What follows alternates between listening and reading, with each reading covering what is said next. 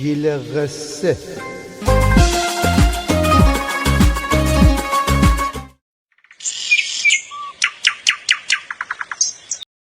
سلام زکن جان، انشالله که شما حال احوال خوب. امی افت قصه نام ایسه تلفن.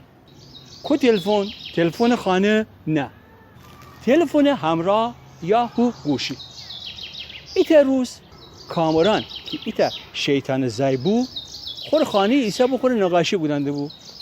ای دفعی انا ماره تلفن که شارژ درونده بو زنگ بخورده و صدا بخورده.